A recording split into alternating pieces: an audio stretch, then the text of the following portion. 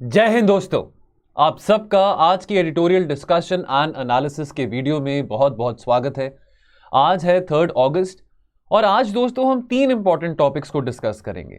एक टॉपिक दोस्तों यहां पे इंडियन एक्सप्रेस में आया है जो कि आरटीआई एक्ट की बात करता है। 17 साल हो गए आरटीआई एक्ट को आए को, आरटीआई के कानून को आए को 2005 में आया था। फिर दोस्तों जो भी मुद्दा बना हुआ है, अब देखिए international relations, Jio politics is very interesting. IR में देखिए चीज़ें रोज़ ही बदलती रहती है, रोज़ ही कोई ना कोई नई चीज़ इवॉल्व होती रहती है। अभी जो रीसेंट अपडेट हमारे सामने पिछले 24 घंटे में आ रहा है, टीवी पे भी आप देख रहे होंगे, नैन्सी पेलोसी जी जो कि स्पीकर हैं of the house of representatives of America, अब वो आए हैं, ताइवान आए हैं। ताइवान में उनका विजिट रहा है, बड़ा कंट्रोवर्शियल अभी मामला बन रहा है। चाइना ने अपनी आर्मी को मोबिलाइज कर लिया है। तो थोड़ा फिल्मी तरीके से अगर समझे, थोड़ा फिल्मी तरीके से, तो चाइना क्या कहना चाह रहा है? चाइना कह रहा है कि ताइवान तुम सिर्फ मेरे हो और किसी और के नहीं हो, ठीक है, और हमारे बीच में कोई भी नहीं आ सकता। और अगर थोड़ा और फिल्मी अंदाज में अगर इस बात को समझाना चाहूँ, थोड़ा लाइट हार्टेड वे में, तो जैसे काफ़ी साल पहले एक मूवी आई थी धड़कन, उसमें सुनील शेट्टी ने शिल्पा शेट्टी को एक लाइन बोली थी। तो उसी तरह से आज चाइना क्या कह रहा है ताइवान को? चाइना कह रहा है कि ताइवान, कि मैं तुमसे अलग हो जाऊं ये हो नहीं सकता, और तुम मुझसे अलग होना चाहो ये मैं होने नहीं दूंगा। तो दोस्तों यहां पे समझेंगे कि ये क्या हो रहा है। चाइना ताइवान की थोड़ी बैकग्राउंड समझेंगे यहां पे, ठीक है, क्या कन्फ्लिक्ट है चाइना ताइवान के बीच में, रोल क्या है अमेरिका का। अब क्या ये भड़काने वाली बात है चाइना को, जब पता है कि भाई ऑलरेडी ताइवान ने अपने एप्रीहेंशन शेयर करे थे amidst the Russia Ukraine war happening, कि कल को हो सकता है कि चाइना भी हमको इन्वेड करने की कोशिश करे। तो क्या ये जरूरी था नैन्सी पेलोसी का वहां पे ताइवान में जाना? और इंडिया और ताइवान के संबंध की बात करें और ताइवान क्यों जरूरी है दुनिया के लिए, ये हम बातें करेंगे। फिर दोस्तों एक आर्टिकल जयराम रमेश जी ने लिखा है, हिंदू में आया है, तो यहाँ पे इंडिया के अंटार्कटिका एक्टिविटीज की बात करी गई है, अंटार्कटिका बिल के रिगार्डिंग यहाँ पे बात करी गई है। तो कुछ टाइम पहले हमने फ्यू मिनट सीरीज में भी इंडिया का जो अंटार्कटिका बिल है उसके बारे में डिस्कस किया था। तो अभी ये जो मॉनसून सेशन है, मॉनसून सेशन में इस बिल को पास करने की बात करी गई है। तो क्या क्या प्रोविजंस हैं इस बिल के, हम फिर से एक बार रिविजिट कर लेंगे, इसके बारे में थोड़ा और पढ़ लेंगे। And question of the day आपको एंड ऑफ द वीडियो में देखने को मिल जाएगा। नाउ दोस्तों very briefly, there is a Telegram group which we have for those of you जो भी पहली बार ये वीडियो देख रहे हैं। The name is editorials with mains answer writing. Now to get access to this group, what you have to do, please check the description box, and in the description box press this link, click this link and you will be redirected to our telegram group. अगर आपको इस group का access नहीं मिलता तो आपने हमारे इस नंबर पे टेलीग्राम की ऐप से एक मैसेज करना है 6280133177। तो इस ऐप में काफ़ी बच्चों के मैसेजेस आते रहते हैं, हमारी एडमिन टीम जो है वो फ्रॉम टाइम टू टाइम बच्चों को ऐड कर भी रहे हैं। लेकिन अगर आपको लग रहा है कि अभी भी आपको इस पे मैसेज करने के बाद भी ऐड नहीं करा जा रहा है, एक बार आप फिर से कमेंट सेक्शन में मैसेज कर देना। I will again reiterate this thing with the admin team. Now दोस्तों इसमें क्या होता है, इसमें हमारा एक बेस्ट आंसर रहता है, जो क्वेश्चन ऑफ द डे हम डिस्कस करते हैं उसका बेस्ट आंसर अगले दिन शाम को 6 बजे पिन करा जाता है, और एक मॉडल आंसर भी आपको यहाँ पे प्रोवाइडेड रहता है। तो ये एक नया फीचर है। ये दोनों चीजें, बेस्ट आंसर मनमीत मैम शॉर्टलिस्ट करते हैं और जो मॉडल आंसर है वो हमारी टीम द्वारा बनाया जाता है। तो दोस्तों बिकॉज ऑफ सम रीजन जो मॉडल आंसर है कल वाले क्वेश्चन का, और इनफैक्ट जो आज वाले क्वेश्चन का भी है, वो कल हम पोस्ट करेंगे, आज नहीं कर पाएंगे, ठीक है। वो मॉडल आंसर अभी रेडी नहीं हो पाया था बिकॉज ऑफ सम रीजन, वो हम कल पोस्ट करेंगे। तो ये इंफॉर्मेशन आपको देना चाहता था। बाकी जो कल आईएनएसटीसी के ऊपर जो क्वेश्चन पूछा था, तो जो बेस्ट आंसर है वो स्वाति जी का है, स्वाति कपूर का। Very well done Swati, if you watching this video. And Swati ने आंसर 13 मिनट्स में लिखा है। तो I am sure Swati over the period of time you will be able to write good answers like these in less than shall we say 8 minutes और around about 7 minutes. तो यहाँ पे benefits क्या है आईएनएसटीसी के, आईएनएसटीसी है क्या, पहले उसके बारे में मेंशन कर दिया। बेनिफिट्स क्या है, तो यहाँ पे इन्होंने एक थोड़ा सा फिगर बनाया है। चलो हम इतनी ज़्यादा हमारे पास टाइम नहीं होता कि हम इतनी ज़्यादा हम कलाकारी कर पाएँ या चित्रकारी कर पाएँ कि वहाँ पे हम पूरा मैप बना सकते हैं, नक्शा बना सकते हैं। बट बहरहाल इतनी सी बात भी आपने यहाँ पे समझा दी है, तो कोई बात नहीं, अच्छी बात है ना। एग्जामिनर को समझ आ जाएगा क्या क्या कहना चाह रहे हैं, ठीक है। कनेक्टिविटी की यहाँ पे बात आ जाती है to Central Asia, to Afghanistan.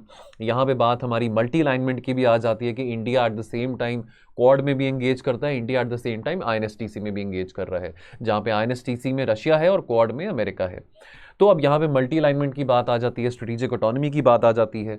1991 के बाद हम अपनी फॉरेन पॉलिसी को स्ट्रेटेजिक ऑटोनॉमी की दिशा में हम कहते हैं कि जो हमारी जो फॉरेन पॉलिसी है वो हम स्ट्रेटेजिक ऑटोनॉमी है, यानी कि हम चाहे किसी के साथ भी संबंध बना सकते हैं, हमको अपने नेशनल इंटरेस्ट को देखना है। कहीं ना कहीं मेरा ये विचार है, ये बात आपको लिखनी जरूरी नहीं है, बट कहीं ना कहीं नॉन अलाइन मूवमेंट को ही रीब्रांड कर दिया स्ट्रेटेजिक ऑटोनॉमी। बेशक आज के टाइम पे बातें होती है कि जो नॉन अलाइंड मूवमेंट है वो रेलेवेंट नहीं है, etcetera etcetera. So very well done. INSTC कैसे हेल्प करेगा इंडिया को, वे फॉरवर्ड क्या है, चैलेंजेस क्या है, ये सब बातें इन्होंने बहुत अच्छी तरह से यहाँ पे एड्रेस करी हैं। इनका आंसर आप पढ़ सकते हैं। Very well done Swati, once again.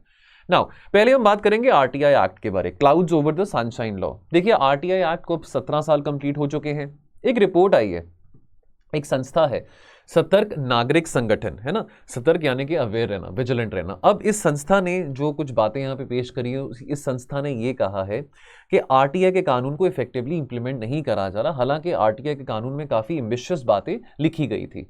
अब थोड़ा सा इस संस्था के बारे में समझ लें। सतर्क नागरिक संगठन, तो सतर्क जैसे कि आपको पता है विजिलेंट रहना, अलर्ट रहना, ठीक है। तो ये सिटीजन्स के विजिलेंस के लिए काम करती है। 2003 में संस्था को बनाया गया था। ये एक सिटीजन्स ग्रुप है। सिविल सोसाइटी की बात हम करते हैं, सिविल सोसाइटी एक्टिविस्ट की बात करते हैं। बहुत जरूरी है डेमोक्रेसी में सिविल सोसाइटी का, एक वाइब्रेंट सिविल सोसाइटी का होना, that is a hallmark of a democracy. तो बेसिकली ये संस्था अवेयरनेस क्रिएट करने में हेल्प करता है अबाउट द RTI एक्ट, और कैसे सिटीजन्स में इस बात की अवेयरनेस हो सकती है, कैसे आम नागरिक पार्टिसिपेट कर सकते हैं, पिटिशंस डाल सकते हैं RTI के चलते, और कैसे गवर्नेंस को, अगर हम बात करें गवर्नेंस को कैसे और सुधारा जा सकता है by effectively utilising the RTI law. तो इसके बारे इंफॉर्मेशन जो है वो सिटीजन्स में प्रमोट करी जाती है। अब थोड़ा सा RTI एक्ट के बारे में हम समझे। देखिए दोस्तों, काफी सारी, आप अगर आपको आज एडिटोरियल डिस्कशन अगेन मैं आपको रिपीट करूंगा, लंबा लग रहा है क्योंकि हो सकता है कि लंबा जाए, तो आप इसको 1.5 या 2x में देख सकते हैं। मैं थोड़ा वैल्यू एडिशन के टुवर्ड्स अब ओरिएंट कर रहा हूं, यानी कि आर्टिकल में जो भी चीजें आर्टिकल में लिखी हैं, तो उसके अलावा और भी कुछ चीजें हैं जो कि मैंने इसमें डाली हैं PPTs में, तो वो चीजें भी आपके साथ में डिस्कस करना चाहता हूं, ठीक है। तो अबाउट द RTI एक्ट, देखिए अब हमने RTI एक्ट 2005 में हमने चलो इसको RTI के कानून को बनाया। RTI के एक्ट ने रिप्लेस करा freedom of information act 2002। Basically इसके चलते जो नागरिक हैं वो अपने राइट्स को एक्सरसाइज कर सकते हैं कि भी अगर वो कोई सवाल पूछना चाहते हैं सरकार से कि भी उनका इनकम टैक्स का रिफंड नहीं आया, ठीक है। अब RTI एक्ट के चलते जो बच्चे हैं स्कूल के, यूनिवर्सिटीज के, वो अपनी जो आंसर शीट्स हैं वो भी देख सकते हैं। अब कोई भी किस्म का सवाल पूछना हो कि भाई किसी मिनिस्ट्री ने, किसी डिपार्टमेंट ने अपना बजट कितना यूटिलाइज करा है, कितना नहीं करा है, कोई स्कीम भारत सरकार के द्वारा अगर बनाई गई है वो स्कीम कितना इफेक्टिवली इंप्लीमेंट हो पाई है, क्या उसके फंड्स एफिशिएंटली यूटिलाइज हो पाए हैं कि नहीं हो पाए हैं, इस तरह के सवाल जो हैं आम नागरिक अब पूछ सकते हैं। कहते हैं ना कि भाई RTI का ज़माना है आज के टाइम पे, तो आज के टाइम पे अब वो कह के जी नेशनल इंटरेस्ट की बात है, सिक्योरिटी की बात है, उस चीज़ के पीछे आप नहीं छिप सकते हैं। अब जो चीज़ पब्लिक डोमेन में होगी वो होगी, है ना, ट्रांसपेरेंसी की बात यहाँ पे आ जाती है।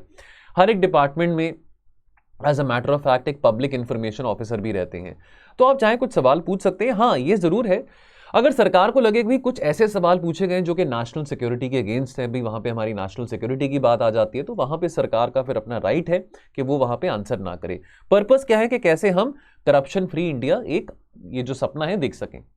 क्या आपको पता है कि before the advent of the RTI act जो डिस्क्लोजर ऑफ इंफॉर्मेशन था वो रिस्ट्रिक्ट किया जाता था by the official secrets act, और उसके अलावा और भी कुछ कानून थे।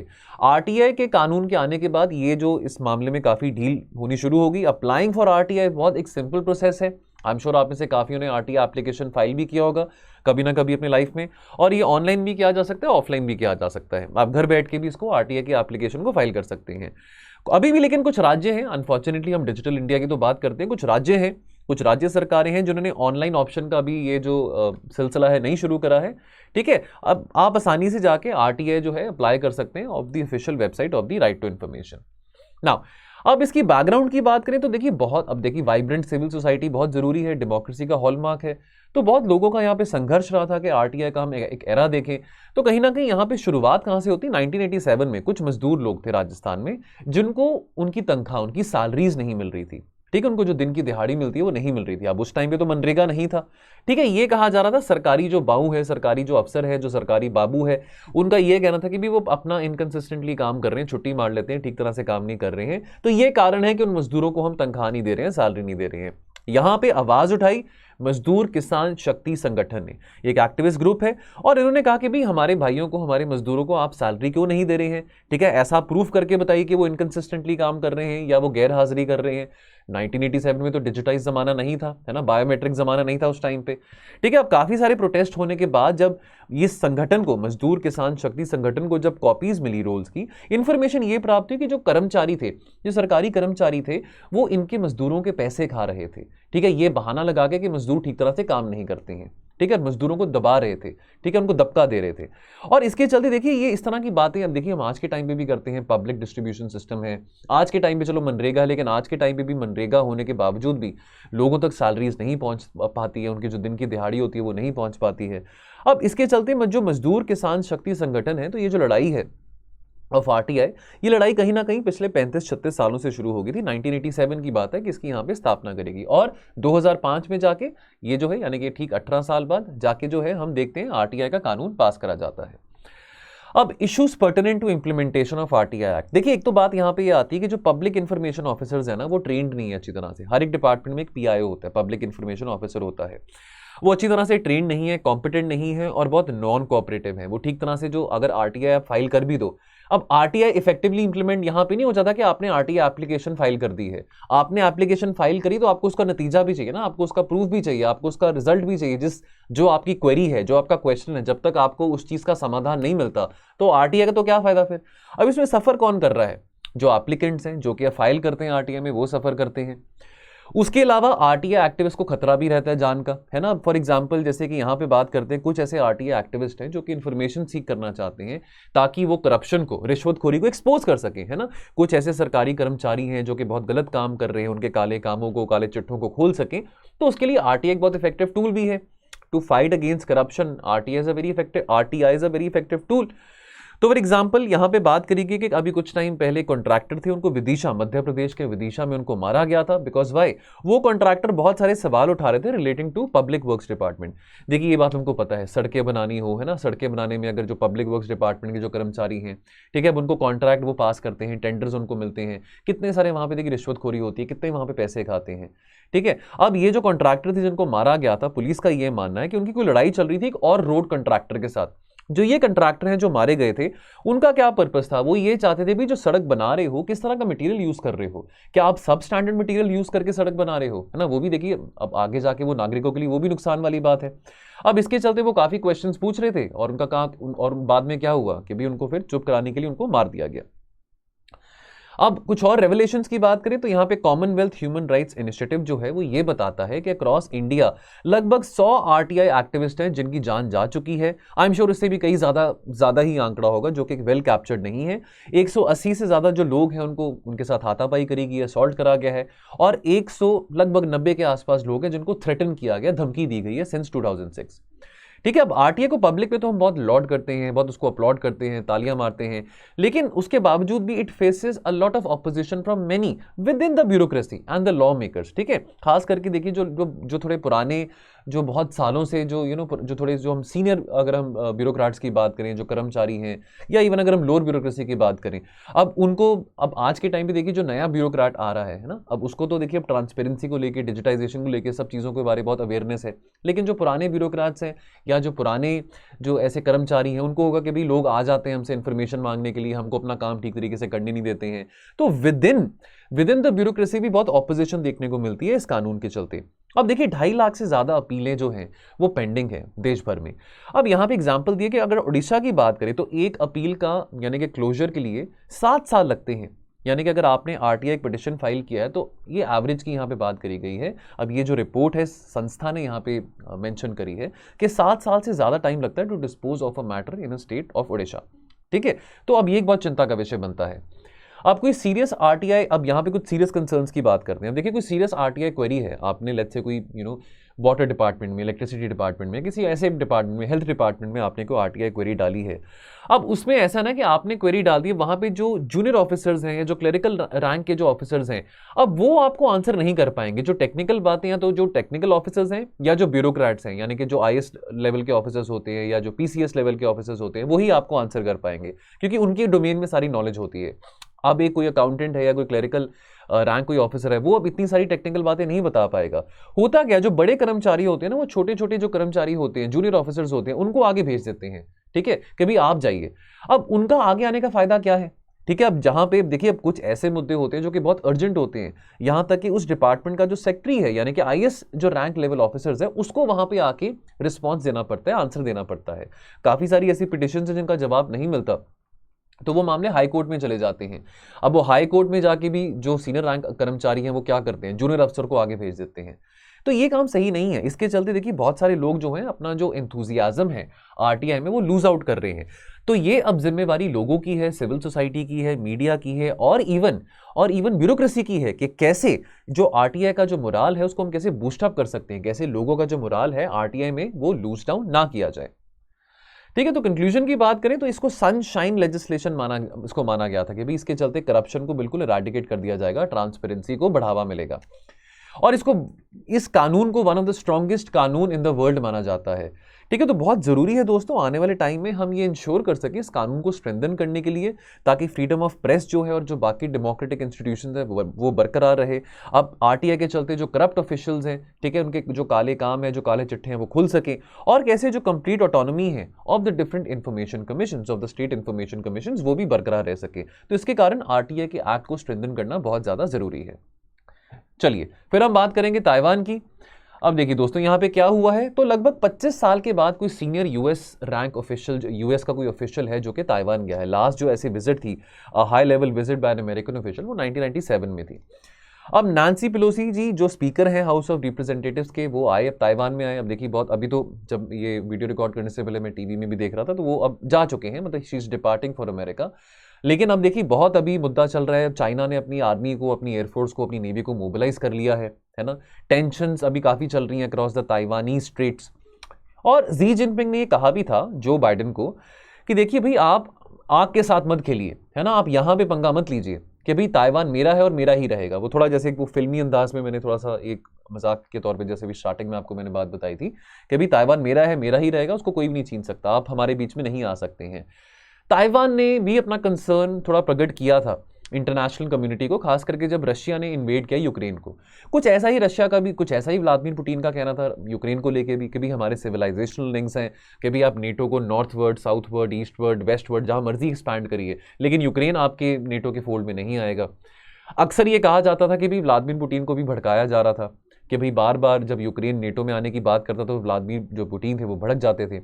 अब यहां पे बात करी जा रही है, चाइना ने बात बहुत क्लियर कर दी है कि भाई ताइवान जो है वो अखंड चाइना भी, ताइवान भी मेरा है, ठीक है, हांगकांग भी मेरा है, साउथ चाइना सी भी मेरी है, अक्साई चीन भी मेरा है। तो चाइना का जो अखंड चाइना पॉलिसी है, तो चलो ये बात अब चाइना ने बोला है कि भी किसी भी देश ने डिप्लोमेटिकली ताइवान के साथ इंडिविजुअली इंगेज नहीं करना। अगर कोई भी देश ताइवान के साथ इंडिविजुअली अगर डिप्लोमेटिकली इंगेज कर रहा है तो वो हमारे साथ अपने जो रिश्ते नाते हैं वो तोड़ दे, डिप्लोमेटिकली हमारे इसके साथ कोई रिश्ते नाते नहीं होंगे। अमेरिका की बात करें, अमेरिका ने भी जो वन चाइना पॉलिसी है वो मेंटेन रखी है 1970s में। हालांकि अमेरिका की जो पॉलिसी है टुवर्ड्स ताइवान, उसमें भी बड़ा कंफ्यूजन है, बड़ी एम्बिग्विटी है। ठीक है, अब चाइना को क्या बॉदर कर रहा है? देखिए चाइना के लिए बॉदरेशन है कि भी एक सीनियर अमेरिकन फिगर ताइवान में क्यों मौजूद है, कि क्या कोई ऐसी, अब क्या यहां पे ताइवान के लोग भड़केंगे फॉर ताइवान इंडिपेंडेंस?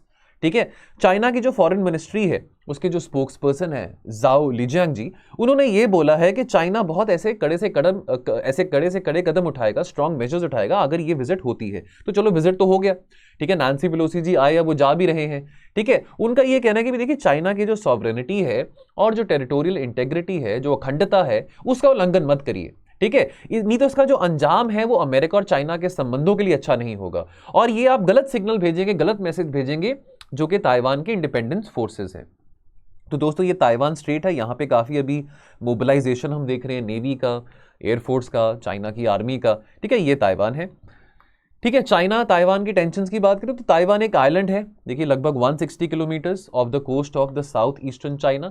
ठीक है, opposite the Chinese cities of, तो यहाँ पे कुछ चाइनीज सिटीज का नाम भी मेंशन है, फुजो, क्वांजो, जियामिन, है ना, इसकी प्रोनाउंसिएशन शायद मैं गलत कर रहा हूँ। ठीक है, तो इसको एडमिनिस्टर किया था by the imperial Qing dynasty, लेकिन जो कंट्रोल था ताइवान के ऊपर that was passed to the Japanese in 1895। अब जापान की हार के बाद वर्ल्ड वॉर 2 में ये जो आइलैंड्स थे they were passed back into the Chinese hands. अब चाइना ताइवान टेंशन, अब थोड़ा बैकग्राउंड आपको दे रहा हूं, थोड़ा अब ये बातें एडिटोरियल में इसमें एक्सप्लेन सेक्शन में मेंशन नहीं थी, थोड़ा अलग से एक बैकग्राउंड की यहाँ पे बात कर लेते हैं। थोड़ी नॉलेज अगर हमको एक्स्ट्रा मिल जाए तो उसमें कोई नुकसान वाली बात नहीं मेरे हिसाब से, है ना।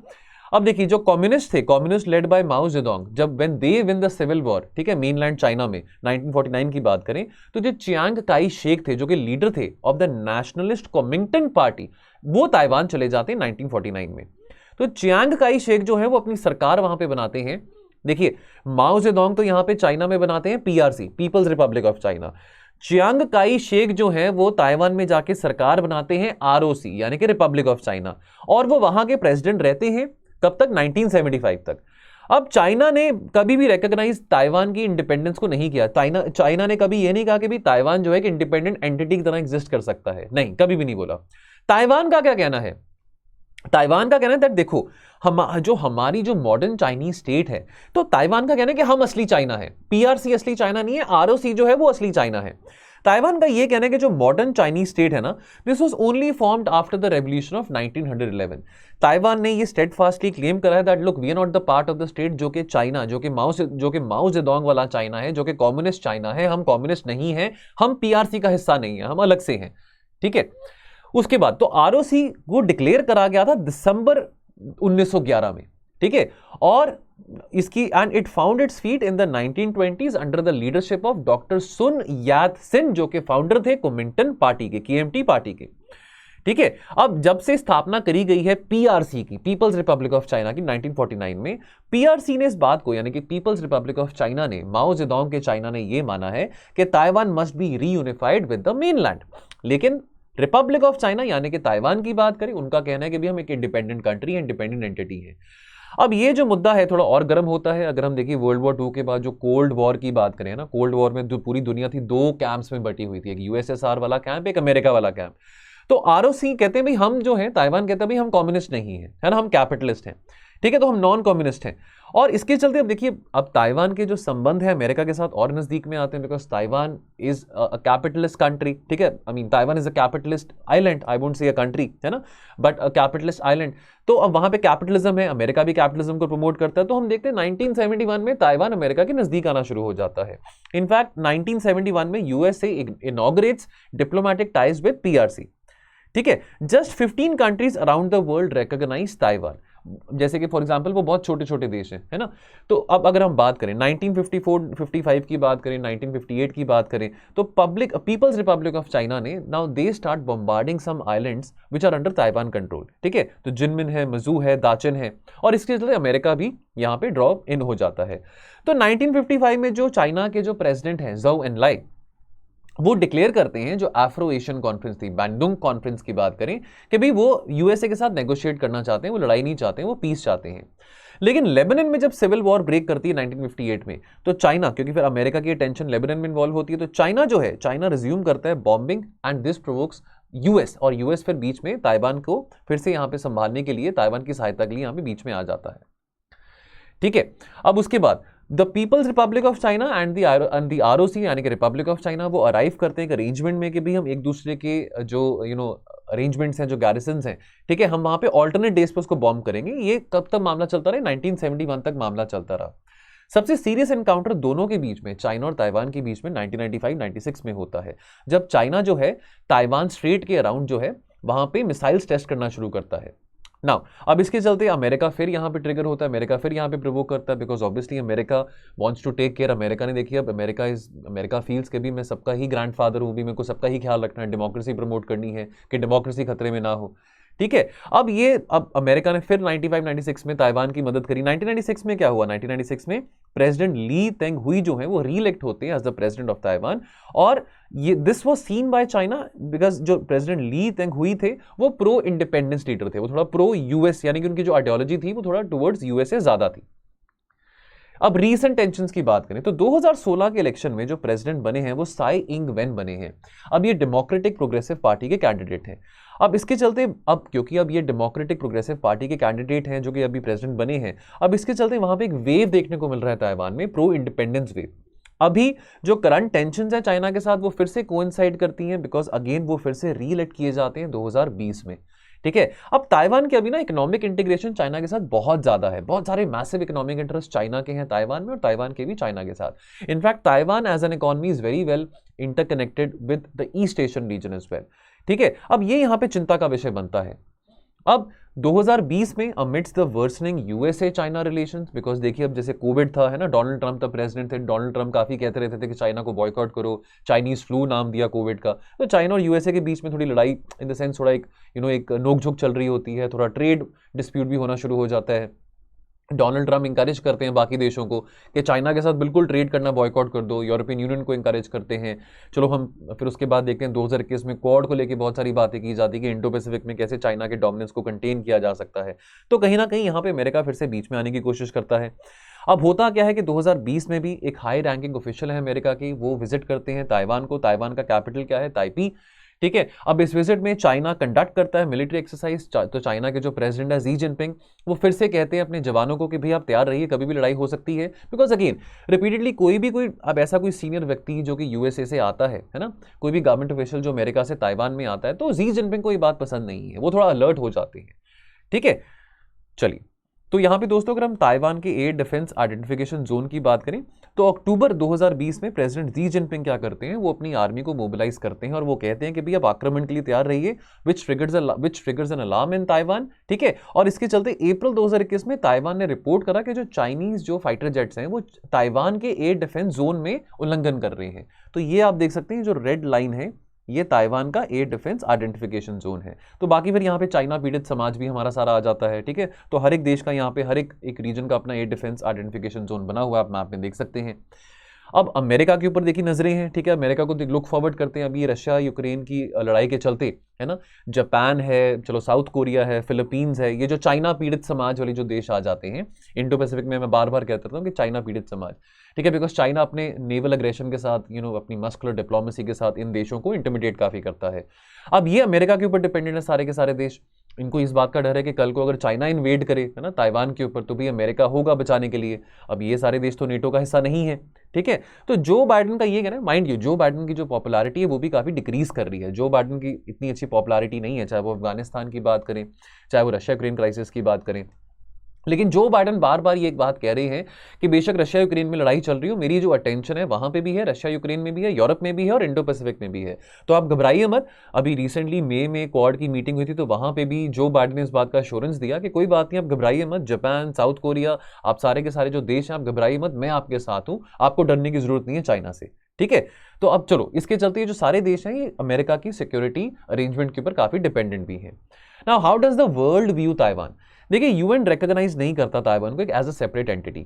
इनफैक्ट मैंने आपको अभी पीछे बोला था कुछ छोटे छोटे देश हैं, 13 कंट्रीज हैं। ठीक है, साउथ अमेरिकन कंट्रीज हैं, कैरेबियन कंट्रीज हैं, जो कि एक ताइवान को as an independent entity recognise करते हैं।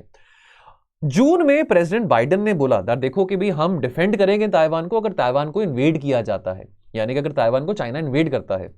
ठीक है, लेकिन बाद में फिर जो बाइडेन ने एक बड़ी कंफ्यूजिंग बात बोली कि भाई अमेरिका सपोर्ट नहीं करता ताइवान के इंडिपेंडेंस को। तो यानी कि वही बात होगी, थोड़े एक फिल्मी अंदाज में बोलूं कि भाई मैं आपको प्यार तो बहुत करता हूं लेकिन आपसे शादी नहीं कर पाऊंगा, है ना। तो ये मतलब यहाँ पे क्लैरिटी वाली बात बताया ना। यहाँ पे अब आपने नैन्सी पेलोसी को भेजा है वहां पे, अब चाइना वहां पे प्रोवोक हो चुका है, तो आप उसको नहीं भेजते। अभी वहां पे अगर ऐसे लड़ाई के जो बादल मंडरा रहे हैं, तो आप थोड़ा क्लियर होइए, बताइए कि आप सपोर्ट करेंगे कि नहीं करेंगे। ठीक है, यूएसए के कोई फॉर्मल टाइज नहीं है ताइवान के साथ, लेकिन USA remains Taiwan most important international backer, और यहां पे हथियार जो हैं बहुत सारे जो है अमेरिका से प्रोवाइड किए जाते हैं ताइवान को। अब चाइना की सरकार ने 2005 में कानून पास किया था, जहां पे चाइना ने यह कहा था कि भी हम आक्रमण कर सकते हैं, मिलिट्री को मोबिलाइज कर सकते हैं, मिलिट्री एक्शन ले सकते हैं अगर ताइवान हमसे अलग होने की कोशिश करे। ताइवान की सरकार ने क्या बोला था? ताइवान की सरकार ने बोला था देखिए, जो हमारे आइलैंड में जो 2-2.25 करोड़ जो लोग रहते हैं, उनका खुद का राइट होगा, वो अपने फ्यूचर को डिसाइड करेंगे कि वो रहना चाहते हैं मेनलैंड चाइना के साथ कि वो नहीं रहना चाहते हैं, कि वो अपने आप को कैसे डिफेंड करेंगे, उनका राइट होगा। ठीक है, राइट टू सिसीड उनका अपना राइट टू सिसीड उनका खुद का राइट होगा। बहरहाल ताइवान कहता है कि राइट टू सिसीड की बात भी क्यों, हम तो है ही नहीं मेनलैंड चाइना का हिस्सा, तो आप क्यों ऐसे धक्के से हमको कही जा रहे हो। अब इंडिया ताइवान के संबंध की हम बात करें, देखिए पोस्ट इंडिपेंडेंस जो बायलेटरल रिश्ते थे इंडिया ताइवान के बीच में, दैट सीज टू एग्जिस्ट। ठीक है, बिकॉज वाई, बिकॉज हमने वन चाइना पॉलिसी को हमने प्राइमेसी दिया, है ना। हमने अपने चाइना के साथ भी रिलेशन भी अच्छे जैसे हम बढ़ाने थे, हमने चाइना के साथ भी अपने रिलेशन अच्छे करने थे। ठीक है, कोल्ड वॉर के चलते हमारे जो इनफॉर्मल टाइज थे नई दिल्ली और ताइवान के बीच में, वो भी बहुत कम रहे। ठीक है, फासले थोड़े कम होते गए। Taiwan eventually Taiwan joint the US led block, और जो हम थे India was non aligned, although we were ideologically very close to the Soviets, but कहने को हम नॉन अलाइंड थे। ताइवान अगर हम बात करें the divide between USA and USSR, तो ताइवान ने अमेरिका की साइड चुनी। 90s में डिसइंटीग्रेशन ऑफ यूएसएसआर होता है, पीवी नरसिम्हा राव ने लुक ईस्ट पॉलिसी डिजाइन करते हैं, लुक ईस्ट की बात करते हैं। हमारे संबंध ताइवान के साथ थोड़े बदलने शुरू हो जाते हैं, है ना। हमारी इंगेजमेंट ईस्ट एशियन कंट्रीज के साथ थोड़ी और बढ़नी शुरू हो जाती है। ठीक है, तो अब इसके चलते इंडिया और ताइवान ने सेटअप करा एक अनऑफिशियल रिलेशंस 1995 में, ठीक है। एस्टैब्लिश हुआ इंडिया ताइपी एसोसिएशन। ताइपी क्या है? ताइवान का कैपिटल है। इंडिया ताइपी एसोसिएशन कहां पे? ये यानी कि एक तरह से एक डिप्लोमेटिक ऑफिस है, एक तरह से एक आप एम्बेसी कह सकते हैं, नॉट एग्जैक्टली एम्बेसी बट एक तरह से एक डिप्लोमेटिक ऑफिस है जो कि यहां पे सेटअप करा गया था ताइवान में। उसी तरह से ताइवान ने भी एक डिप्लोमेटिक ऑफिस इंडिया में सेटअप करा था, उसका नाम क्या था? Taipei economic and cultural centre. तो यहां पे क्या बातें करी गई थी? तो देखिए सॉफ्ट पावर को मोबिलाइज करने की बात करी जा रही है ना। हम लुक ईस्ट की बात करें, डिसइंटीग्रेशन ऑफ यूएसएसआर के बाद हम ट्रेड बढ़ाना चाहते हैं ईस्ट एशियन कंट्रीज के साथ, साउथ ईस्ट एशियन रीजन के साथ, है ना। अपने सिविलाइजेशन लिंक्स को थोड़ा मोबिलाइज करना चाहते हैं, कल्चरल कनेक्टिविटी बढ़ाना चाहते हैं। तो क्या बातें करी गई थी इस फोरम में? 1995 की बात है। Economy, trade, investment etcetera etcetera, इस पर कैसे हम और कन्वर्जेंस दिखा सकते हैं। लेकिन हमारे कोई ऑफिशियल डिप्लोमेटिक संबंध नहीं है ताइवान के साथ। इनफैक्ट हम ताइवान को as an independent country recognise नहीं करते हैं। 2014 में जब नरेंद्र मोदी जी प्रधानमंत्री बनते हैं तो उन्होंने देखिए सार्क देशों के जो प्रधानमंत्री हैं, जो हेड्स ऑफ द स्टेट, उन सबको इनवाइट किया स्वेरिंग इन सेरेमनी में। तो वहां पे उन्होंने ताइवान के जो एम्बेसडर हैं उनको भी इनवाइट किया था, और साथ में जो लॉबसांग सांगे हैं यानी कि जो प्रेसिडेंट है of the Tibetan government in exile, उनको भी इन्वाइट किया था स्वेरिंग इन सेरेमनी में। अब इसे चाइना ने इस बात को अप्रिशिएट नहीं किया था, ठीक है। हमने वन चाइना पॉलिसी फॉलो करी है, लेकिन despite the fact we have a diplomatic arrangement, we have an office in Taipei for diplomatic function, जिसका नाम अभी मैंने आपको पहले भी बताया था, इंडिया ताइपे एसोसिएशन है, जो कि एक सीनियर डिप्लोमेट के द्वारा हेडेड किया जाता है। Now, why is Taiwan very important? Semiconductor manufacturing की बात हम कितनी बार करते हैं, है ना। देखिए अब सेमीकंडक्टर चिप्स की बात करते हैं, गाड़ियां बनानी है, फोन बनाने, कंप्यूटर बनाने हैं, that is powered by computer chips which are made in Taiwan, ठीक है। अगर हम बात करें TSMC की यानी कि ताइवान सेमीकंडक्टर मैन्युफैक्चरिंग कंपनी, तो यानी कि 50% से ज्यादा जो कि दुनिया भर की जो सेमीकंडक्टर मैन्युफैक्चरिंग हो रही है वो यहां पे हो रही है, ठीक है। तो ताइवान के पास बहुत बड़ी इंडस्ट्री है, ठीक है, ऑलमोस्ट वर्थ $100 बिलियन। तो अगर हम अपनी सेमीकंडक्टर डिप्लोमेसी को पुश देना चाहते हैं, हमने बहुत बार ये बात डिस्कस भी करी है कि एक्ट ईस्ट पॉलिसी के चलते हम सेमीकंडक्टर डिप्लोमेसी को भी एक्ट ईस्ट में इंटीग्रेट कर सकते हैं by promoting and by integrating our trade and these technologies with countries like Taiwan, with Vietnam and South Korea. So Taiwan is very important for the global economy. Now last दोस्तों जो आज का issue रहेगा discuss करने का वो रहेगा recalling India's Antarctica activities. दोस्तों अभी कुछ टाइम पहले मैंने फ्यू मिनट सीरीज में ना इंडिया का अंटार्कटिका पॉलिसी के बारे में एक वीडियो बनाया था।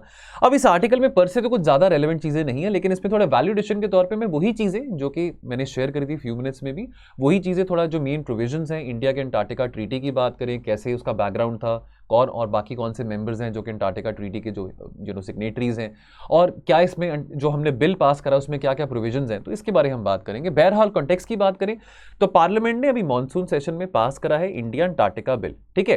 पीछे जो बजट सेशन था तो बजट सेशन के टाइम पे इंट्रोड्यूस करा गया था, ड्राफ्ट स्टेज में था, ठीक है। ये बहुत इंपॉर्टेंट स्टेप है, ठीक है। अगर हम बात करें तो अगर हम जवाहरलाल नेहरू जी की बात करें तो Bharat was the first country जिसने रिक्वेस्ट करा था UNGA को कि भी हम अंटार्कटिका को एक्सप्लोर करें, ठीक है, इंश्योर करें कि वहां पे बहुत सारे विशाल एरियाज हैं, बहुत सारे वहां पे रिसोर्सेज हैं जो कि इंसानियत के लिए, ह्यूमैनिटी के लिए काम आ सकते हैं फॉर पीसफुल पर्पसेस, लेकिन किसी किस्म की मिलिट्री एक्टिविटीज के लिए वो रिसोर्सेज इस्तेमाल करने की बात नेहरू जी ने नहीं कही थी, ठीक है। हाउ इट अनफोल्डेड, लेकिन उसके बाद इंडिया ज्यादा इस बात को आगे प्रेस ऑन नहीं कर पाया, ठीक है, बिकॉज ऑब्वियसली 1956 में क्या हुआ था, एक तो स्विस कनाल क्राइसिस चल रहा था और एक हंगेरियन रेवोल्यूशन चल रहा था। तो यहाँ पे because of the ideological differences, चलो हम तो नॉन अलाइंड थे, ठीक है, लेकिन अगेन दुनिया बटी हुई थी यूएसए और यूएसएसआर के बीच में, तो बिकॉज हम आइडियोलॉजिकली बहुत न्यूट्रल थे, उसके कारण हम UN पे ये ज्यादा बातें नहीं कर पाए, ठीक है। उस टाइम पे जो ग्लोबल कम्युनिटी थी वो और चीजों में इन्वॉल्व थी, क्राइसिस में इन्वॉल्व थी, ठीक है। ऑल्सो कुछ ऐसे देश थे, अगर हम अर्जेंटीना की बात करें, चिले की बात करें, वो थोड़ा रेजिस्टेंस थे कि अंटार्कटिका में किसी भी किस्म की एक्सप्लोरेशन करी जाए, उसके रिसोर्सेज को यूटिलाइज किया जाए। लेकिन 12 ऐसे देश थे इनिशियली, ठीक है, who believe that they had a direct stake, उनका एक हिस्सा है अंटार्कटिका में, और उन अपने बीच में डिस्कशन शुरू करते हैं। तो दिसंबर 1, 1959 में दोस्तों अंटार्कटिका ट्रीटी साइन करी जाती है वॉशिंगटन में, ठीक है ना। ऑल दो 7 ऐसे देश थे जो कि डिस्टिंक्ट सेक्शंस ऑफ अंटार्कटिका को क्लेम करते थे, लेकिन कोई कंट्रीज नहीं अंटार्कटिका में। तो जैसे न्यूजीलैंड है, ऑस्ट्रेलिया, फ्रांस, नॉर्वे, यूके, चिले और अर्जेंटीना, ये वो 7 देश हैं जो कहते हैं कि हमारे कुछ ऐसे हिस्से हैं, सेक्शंस हैं, हमारे क्लेम्स हैं अंटार्कटिका में, ठीक है। अंटार्कटिका ट्रीटी क्या करता है? अंटार्कटिका ट्रीटी गवर्न करता है कि अंटार्कटिका को कैसे यूटिलाइज किया जा सकता है साइंटिफिक पर्पस के लिए और बाकी पर्पसेस के लिए। और एक मेन बात यहाँ पे ट्रीटी में आती है कि भी देखो ये डीमिलिटराइज जोन होगा, ठीक है। यहाँ पे सिर्फ साइंटिफिक स्टडी करी जाएगी, यहाँ पे ग्लेशियर्स की स्टडी करी जाएगी, ग्लेशियर मेल्ट को स्टडी किया जाएगा, किसी किस्म का यहाँ पे मिलिट्री एक्टिविटीज कंडक्ट नहीं करे जाएंगे यहाँ पे। तो दोस्तों यहाँ पे जो टेरिटोरियल क्लेम्स ऑफ अंटार्कटिका में जो 7 देश आते हैं, तो आप देख सकते हैं जैसे यहाँ पे ऑस्ट्रेलिया का ये क्लेम है इस रीजन में, यहाँ पे इतना जो टेरिटरी का क्लेम है वो न्यूजीलैंड का है, ठीक है। तो ये जो ब्लू वाला है वो फ्रांस का है, ये ग्रीन वाला जो टेरिटरी यहाँ पे जो मार्क्ड है वो यूके की है। तो ऐसे 7 देश हैं जो अपने टेरिटरीज क्लेम करते हैं विद इन अंटार्कटिका। और जो इसके जो मेन प्रोविजंस हैं अंटार्कटिका ट्रीटी के, एक तो मिलिट्री यूज की बात आ जाती है, फ्रीडम ऑफ साइंटिफिक इन्वेस्टिगेशन की बात आ जाती है, ठीक है। और ये ट्रीटी को from time to time modify भी किया जा सकता है। तो ऐसे इसमें 10 मेन प्रोविजंस आप इसको पढ़ सकते हैं। तो 12 ऐसे इनिशियल मेंबर्स थे अंटार्कटिका ट्रीटी में, ठीक है। चलिए, इंडिया इनिशियल मेंबर नहीं था, इनिशियल सिग्नेटरी नहीं था, ये बात आपको याद रहे। तो ये जो 12 मेंबर थे यहाँ पे आपके सामने मैंने मेंशन करे हैं, जो 12 देश थे जो अमंग द इनिशियल सिग्नेटरीज थे। इस पार्ट को ऑफिशियली साइन करा जाता है 1961 में, और आज के टाइम पे इसमें 54 सिग्नेटरीज हैं। लेकिन सिर्फ 29 नेशंस हैं जिनका राइट है टू वोट करना at the Antarctica treaty consultative meetings, और इसमें भारत भी शामिल है। भारत बनता है signatory to this pact when in 1983। नाउ उसके अलावा 4 और ऐसे इंपॉर्टेंट इंटरनेशनल ट्रीटीज हैं जो कि बनाते हैं अंटार्कटिका ट्रीटी सिस्टम को। तो 1959 का अंटार्कटिका ट्रीटी हो गया, फिर 1972 का convention for the conservation of Antarctic seals हो गया, फिर 1980 का convention on the conservation of Antarctic marine living resources, और 1991 का प्रोटोकॉल ऑन एनवायरमेंटल प्रोटेक्शन। तो ये 4 ऐसी ट्रीटीज हैं, कन्वेंशन हैं जो कि अंटार्कटिका ट्रीटी सिस्टम का पार्ट बनते हैं। अब अंटार्कटिका बिल की बात करें तो उसमें क्या इंपॉर्टेंट प्रोविजंस हैं। देखिए, जो जुरिस्डिक्शंस है वो इंडियन कोर्ट्स को भी एक्सटेंड की जाएगी, ठीक है। तो अब यहाँ पे दोस्तों बढ़ावा दिया जाएगा टूरिज्म को भी, ठीक है। अब यहाँ पे टूरिज्म को बढ़ावा दिया जाएगा, यहाँ पे इन्वायरमेंटल प्रोटेक्शन का बहुत खास ख्याल रखा जाएगा, ठीक है। अब ये जो बिल है ये इंट्रोड्यूस करता है कि इलैबोरेट परमिट सिस्टम, कि भाई अगर आपने वहाँ पे एक्सपेडिशन करनी है किसी व्यक्ति ने, या कोई व्यक्ति है जो वहाँ पे जाना चाहता है, तो आप जा सकते हैं, आप ऐसी एक्सपेडिशन वहाँ पे कंडक्ट कर सकते हैं, लेकिन उसके लिए आपको परमिशन चाहिए होगी कमेटी के द्वारा। वो कमेटी आपको परमिशन देगा, वो कमेटी सेटअप करेगी भारत सरकार के द्वारा, और ये जो परमिट्स हैं वो कैंसिल भी करे जा सकते हैं इस कमेटी के द्वारा अगर कोई ऐसे कमी पेशी यहाँ पे पाई जाती है, कोई डेफिशिएंसी यहाँ पे आती है, यानी कि ऐसा लगता है कि भाई आपका जो पर्पस है वो कॉन्ट्रवीन कर रहा है with the provisions of the Antarctica bill, कि आप कह रहे हैं कि आपने साइंटिफिक एक्सपेडिशन करना है, लेकिन आपकी कुछ ऐसी एक्टिविटीज हैं जो कि हार्म कर सकती हैं वहां के एनवायरमेंट को, वहां की इकोलॉजी को। फिर फिशिंग और टूरिज्म की बात करें, देखिए हमारा कोई कमर्शियल फिशिंग करने का काम वहां पे नहीं है, ठीक है। हर एक देश का अपना एक फिक्स कोटा है, वहां पे वो फिशिंग कर सकते हैं। लेकिन ये जो बिल यहाँ पे इंट्रोड्यूस करा गया, इसके चलते फिशिंग एक्टिविटी को भी थोड़ा बढ़ावा दिया जाएगा। हम अभी तो कोई टूरिज्म एक्टिविटीज वहाँ पे नहीं करते हैं, जो बाकी देश हैं वहाँ पे टूरिस्ट टूरिस्ट वहाँ पे ज़रूर जाते हैं। वो आज बहुत कम इंडियंस हैं जो आज टूरिस्ट जाते हैं अंटार्कटिका में, जो बाकी देश हैं वहाँ से काफ़ी सारे लोग हैं जो आज टूरिस्ट जाते हैं। वो कैसे जाते हैं, वो जो फॉरेन टूर ऑपरेटर्स हैं उनके थ्रू ऑपरेट करते हैं। अब अंटार्कटिका बहुत सारे टूरिस्ट रिसीव करता है फ्रॉम अदर फॉरेन कंट्रीज, चाहे यूके है, चाहे अर्जेंटीना है, चाहे चिली है। अब ये बिल में ऐसा प्रोविजन है कि जो इंडियन टूर ऑपरेटर्स हैं वो भी ऑपरेट कर सकते हैं अंटार्कटिका में, लेकिन उनको सारे के सारे जो स्टैंडर्ड्स हैं फॉर एनवायरमेंटल प्रोटेक्शन वो मेंटेन करने पड़ेंगे, सारे के सारे जो प्रोविजंस हैं इस बिल के वो मीट करने पड़ेंगे। फिर हम रिसर्च स्टेशन इन अंटार्कटिका की बात करें दोस्तों, जैसे दक्षिण गंगोत्री है, ठीक है। ये हमारा पहला एक्सपेडिशन था ऑपरेशन गंगोत्री के चलते, इंदिरा गांधी जी उस टाइम पे प्राइम मिनिस्टर थे, ठीक है। तो this was a part of the India Antarctic programme. तो ये पहली हमारी साइंटिफिक रिसर्च बेस्ड स्टेशन बनाया गया था 1982 में, और इसके बाद हमको क्या मिलती है, हम सिग्नेटरी बनते हैं इस ट्रीटी के, अंटार्कटिका ट्रीटी के, ठीक है। इस टाइम तक किसी भी और एशियन कंट्री का कोई प्रेजेंस नहीं था अंटार्कटिका में, चाइना का भी नहीं था। चाइना सिग्नेटरी बनता है अंटार्कटिका ट्रीटी में 1985 में जाके, 83 में हम बनते हैं। फिर मैत्री की बात करें, ये हमारा second permanent Antarctic research outpost था, इसकी जो कंस्ट्रक्शन है कंप्लीट होती है 1989 में। फिर हम बात करें भारती की, तो ये सबसे रीसेंट रिसर्च स्टेशन है। तो अगर मैं इसकी बात करूं दक्षिण गंगोत्री की, अभी ऑपरेशनल नहीं है, ये डीकमीशन्ड हो चुका है। अब अगर मैं इसकी बात करूं भारती की, तो ये सबसे रीसेंट रिसर्च स्टेशन है जो ऑपरेशनल है 2012 से, ठीक है। और ये this was build to keep the researchers safe while they are working in this uncertain weather in Antarctica. The weather is not very friendly, it's very hostile, बहुत सर्दी होती है वहां पे, ठीक है। और बात करें हम सागर निधि की, तो इसको कमीशन करा गया था by India for research in 2008, और ये पहला इंडियन वेसल है to explore Antarctica seas and is an ice class vessel which is capable of cutting through the thin ice which is up to 40 centimetre thick. तो दोस्तों conclusion में यहाँ पे बात आती है, अब अगर हम पोलर रिसर्च वेसल की बात करें, हम वाहन की बात करें, जहाज की बात करें, हमारा खुद का बनाया नहीं है। हमने जितनी भी एक्सपीडिशंस करी हैं उसमें कहीं ना कहीं हमको बहुत सारा योगदान फॉरेन कंट्रीज में से मिला है। अब आने वाले समय में हम साइंटिफिक एक्सपीडिशन वहां पे करना चाहेंगे, तो जयराम रमेश ये कहते हैं कि अभी तक तो we have been chartering from ships from countries like Russia and Norway, लेकिन चाइना के अपने खुद के 2 ऐसे जहाज हैं। लेकिन of lately chartering has been presenting its own difficulties. अब आने वाले समय में अगर हम पोलर रिसर्च वेसल की बात करें, साइंटिफिक एक्सपीडिशन की बात करें, हम अंटार्कटिका में और स्टडी करना चाहते हैं, ग्लेशियर मेल्ट को स्टडी करना चाहते हैं, वहाँ के वातावरण को स्टडी करना चाहते हैं, वहाँ की इक्वेटिक बायोडाइवर्सिटी को हम स्टडी करना चाहते हैं, ठीक है, तो उसके लिए बहुत जरूरी है कि हम खुद यहाँ पे आत्मनिर्भरता की बात करते हैं, मेक इन इंडिया की बात करते हैं, हमारे पास खुद के पास एक ऐसा वाहन हो, हमको ज़्यादा डिपेंडेंसी ना दिखानी पड़े। तो डिसीजन लिया गया था कि हम खुद का अपना एक वाहन बनाएंगे। अक्टूबर 2014 में बात करी गई थी, in alignment with make in India, ठीक है। लेकिन अभी भी इस बात को इंप्लीमेंट नहीं करा गया, अभी भी हमारा खुद का एक पोलर रिसर्च वेसल हमने नहीं बनाया जो कि आने वाले समय में एक साइंटिफिक एक्सपीडिशन के लिए काम आ सके। तो अब उम्मीद है कि जो बिल पास करा गया है तो इस बात का भी यहाँ पे खास ख्याल रखा जाएगा और हमको किसी और कंट्री से इस तरह के शिप्स जो है वो इंपोर्ट नहीं करनी पड़ेंगी। क्वेश्चन ऑफ द डे आज का, implementation of a legislation like the RTI act requires consistent surveillance by the civil society. क्या आप इस बात से सहमत हैं? इसको 150 वर्ड्स में बताइए। इसका मॉडल आंसर और कल वाले क्वेश्चन का मॉडल आंसर दोस्तों मैं फिर रिपीट करूंगा, इन दोनों का मॉडल आंसर आपको कल शाम को पिन करा जाएगा। बिकॉज ऑफ सम रीजन कल वाला जो मॉडल आंसर नहीं बन पाया था, हम आपको कल पिन करेंगे इसके आंसर के साथ। सो ठीक है दोस्तों, हमारे आज की चर्चा में इतना ही रहेगा। अगेन थोड़ी लेंथी डिस्कशन थी, लेकिन तसल्ली से तीनों टॉपिक्स डिस्कस करें। उम्मीद करता हूं आपको कुछ समझ आएगा, कुछ आपको अच्छा लगा होगा।